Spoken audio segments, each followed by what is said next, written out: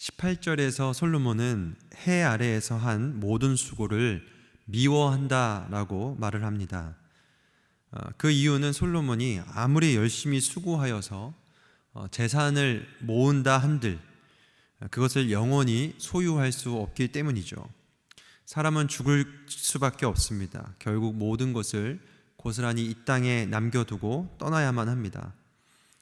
솔로몬이 죽고 난 후에 자신의 재산을 아들이나 또 다른 누군가가 갖게 되겠지만 그 사람이 지혜자일지 우매자일지 알 수 없는 노릇입니다.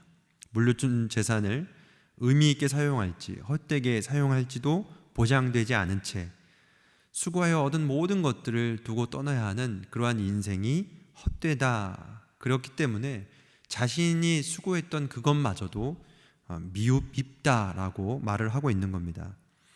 잘 아시는 것처럼 솔로몬의 왕위는 그의 아들 르호보암이 이어받습니다. 이 르호보암은 잘못된 판단과 정책으로 이스라엘을 결국 남과 북으로 갈라지게 만든 왕이죠. 솔로몬이 아무리 지혜롭게 이스라엘을 잘 다스렸다 할지라도 그의 아들의 어리석은 결정으로 이 공든 한 나라가 갈라지는 그러한 일이 벌어지게 된 겁니다. 아무것도 없는 중에 피땀 흘려서 사업을 일구고 돈을 모은 사람은 그것이 얼마나 소중한지 알기 때문에 함부로 다루지 않습니다. 그런데 그 자녀들은 부모의 그 의미, 그 수고를 다 헤아리지 못합니다. 그렇기 때문에 부모의 사업을 이어받아서 잘 일구는 그런 지혜로운 자녀도 있는가 하면 많은 자녀들은 그 의미를 알지 못한 채 흥청망청 써버려서 결국엔 집안이 망해버리는 그러한 일도 벌어지게 되는 것이죠. 솔로몬은 이러한 것들을 잘 알고 있었습니다. 그래서 이렇게 수고하면 뭘 하나, 인생이 너무 허무하다라는 고백을 하고 있습니다. 솔로몬은 이어서 이렇게 말합니다. 21절 22절 말씀입니다.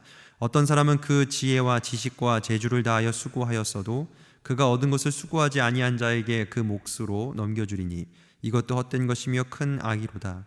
사람이 해 아래에서 행하는 모든 수고와 마음에 애쓰는 것이 무슨 소득이 있으랴.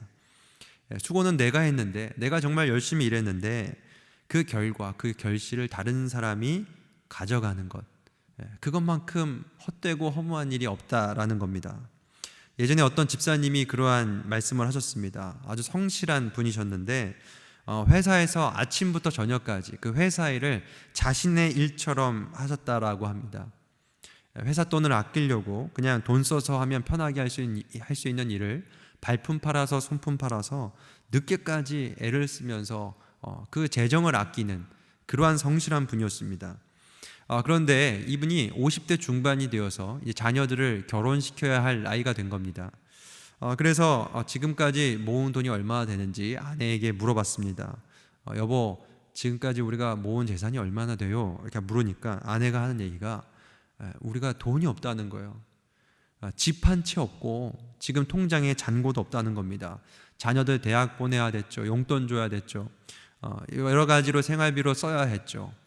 모을 돈이 없어 어디 있겠냐라고 하면서 아무것도 없다라고 얘기했을 때 이 집사님이 그 말씀을 듣고 그 아내의 얘기를 듣고 얼마나 허무하든지 마음이 막 무너져 내렸다고 합니다.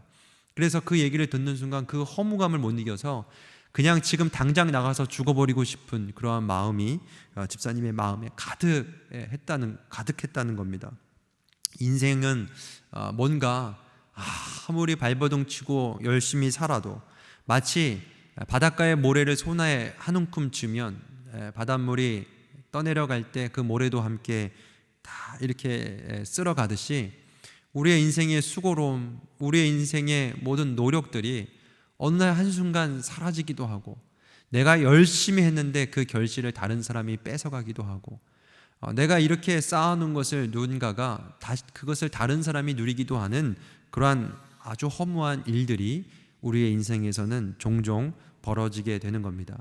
22절에 사람이 해 아래에서 행하는 모든 수고와 마음에 애쓰는 것이 무슨 소득이 있으랴. 허무하다는 거죠. 솔로몬은 자기의 수고를 이렇게 한탄하면서 인생이 너무 허무하다라고 고백하고 있습니다.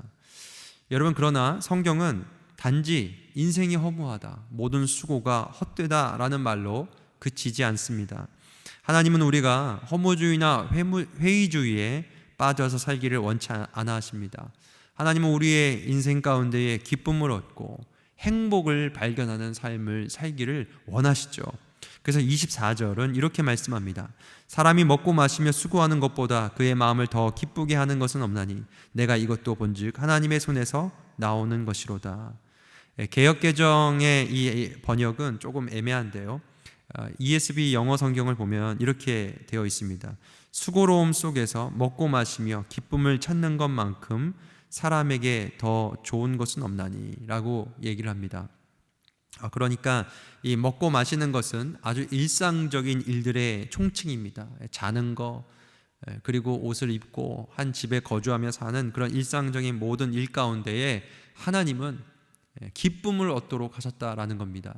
비록 우리의 삶은 아주 수고로운 삶이 있습니다. 땀을 흘려야 하는, 그래야 먹고 살 수 있는, 한편으로는 고되고 허무한 삶이 있어 보입니다. 그러나 하나님은요, 그 안에서, 가장 일상적인 것 안에서 기쁨을 얻으며 살 수 있도록 해주셨다라는 겁니다.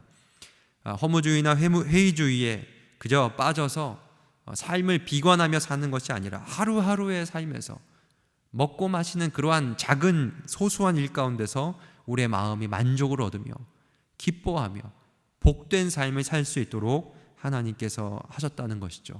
그걸 어떻게 알 수 있습니까? 24절 끝에 보면 이렇게 말합니다. 내가 이것도 본즉 하나님의 손에서 나오는 것이로다. 하나님이 먹을 것을 주시고 입을 것을 주시고 거할 처소를 주셔서 그 가운데서 우리가 비록 수고로운 삶을 살 수밖에 없지만 그 가운데서 기쁨을 얻으며 보람을 얻으며 만족을 얻으며 살 수 있게 하셨다라는 것이죠. 26절은 이렇게 말씀합니다. 하나님은 그가 기뻐하시는 자에게는 지혜와 지식과 희락을 주시나.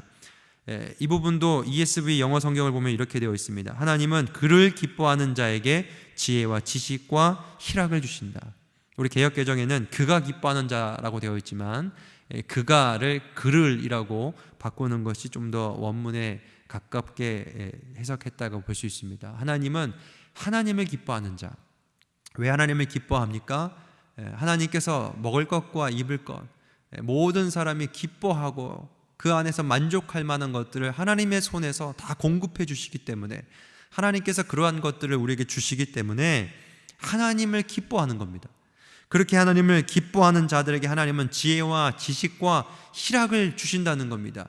이 지혜와 지식과 희락은 수고로운 인생 가운데서 참된 행복을 얻을 수 있는 주님이 주시는 선물들입니다. 하나님께서 이러한 것들을 주셔서 해 아래의 모든 수고가 헛된 우리의 인생에서 그 작은 일상이라 할지라도 참된 기쁨과 만족과 행복을 얻게 해 주셨습니다.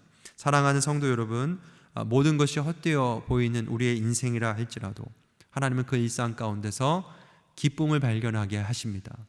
우리에게 때로는 먹을 것, 마실 것, 거할 처소를 주시고 우리에게 필요한 모든 것들을 채워주시면서 하나님은 우리의 마음을 기쁘게 하십니다. 그리고 그 하나님이 어떠한 분인지를 우리가 깨달으면서 그 하나님을 기뻐할 때, 진심으로 그 하나님을 기뻐할 때 하나님은 계속해서 기쁨의 삶을 살 수 있도록 지식과 지혜와 희락을 부어주시는 하나님이십니다. 오늘도 우리가 우리에게 모든 것을 주시는 우리 하나님을 기뻐하기를 원합니다. 우리가 그 하나님을 기뻐할 때 오늘 하루도 기쁨으로 또 복된 삶을 살 수 있도록 하나님이 이 새벽에도 우리에게 지혜와 지식과 희락의 선물들을 가득 부어주실 줄 믿습니다. 우리 말씀을 생각하며 함께 기도하겠습니다.